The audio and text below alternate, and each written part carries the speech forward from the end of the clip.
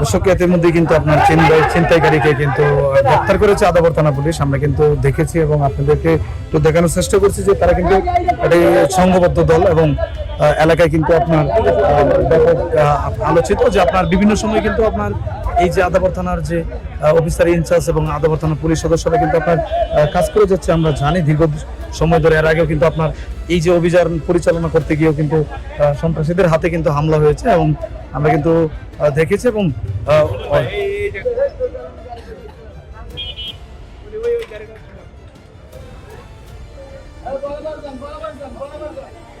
দর্শক আপনারা কিন্তু দেখতে পাচ্ছেন যে আপনার এই যে ছিনতাইকারী সদস্যদেরকে কিন্তু আপনার আমরা দেখেছি যে আপনার এই যে দীর্ঘ সময় পরেও কিন্তু আপনার এই সমস্ত অভিযান চালিয়ে কিন্তু আপনার বিভিন্ন সময় কাজ করে যাচ্ছেন এবং আদাবর থানা পুলিশ কিন্তু আপনার একটি গোপন সূত্রের ভিত্তিতে কিন্তু গতকালকার যে ছিনতাইকারী সদস্যদের একটি স্থান শনাক্ত করা হয় এবং তাদেরকে কিন্তু আটক করা হয়।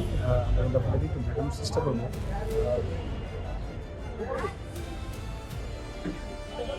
দর্শক দেখতে পাচ্ছেন যে আদাবর থানার পুলিশ কিন্তু এর মধ্যে কিন্তু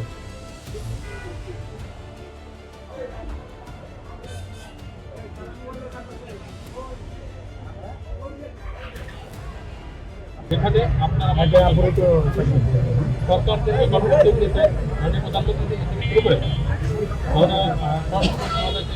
থেকে শুরু করে সবাই যে ব্যাপারে কথা বলতে গেছে এটা কি আপনারা দেখছেন?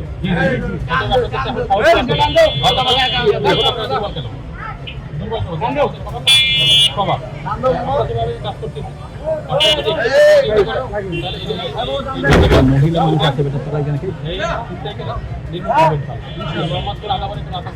ইনশাআল্লাহ ইনশাআল্লাহ মোহাম্মদপুর আদাবারে কোনো আতঙ্ক থাকবে না। আপনারা শুধু একটু এগিয়ে আসুন। যদি আপনাদের কোনো সমস্যা থাকে আমাকে বলবেন এবং আপনারা যে তথ্য আমাকে দেবেন এটা আমি জানবো কাউকে দেবেন।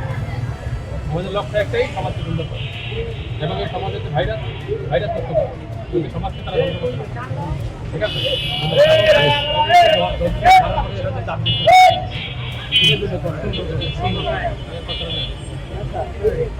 আবার বলেন